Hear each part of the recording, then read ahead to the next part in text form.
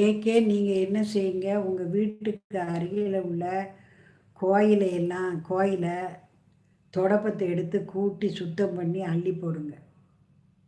அங்கே உள்ள செடிகளுக்கெல்லாம் தண்ணி எடுத்து மோந்து ஊற்றுங்க. இந்த மாதிரி பண்ணி செய்யுங்க, உங்களுக்கு சுறுசுறுப்பு வந்துடும். சரிங்களா?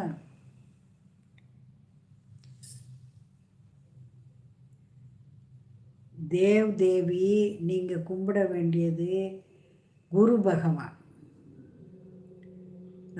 குரு ராகவேந்திரர், சாய்பாபா இவங்களெல்லாம் வியாழக்கிழமையில போய் கும்பிட்டீங்கன்னா நல்லாயிருக்கும்.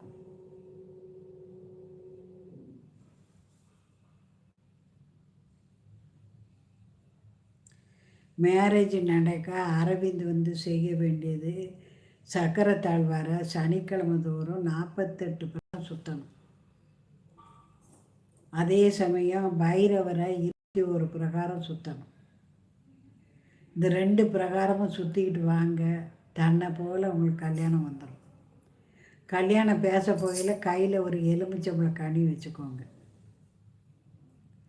ஏக்கே நீங்களும் பைரவரை ஒரு 48 நாளைக்கு 21 பிரகாரம் போய் சுற்றுங்க. ஏகே பைரவரை 21 பிரகாரம் சுற்றுங்க.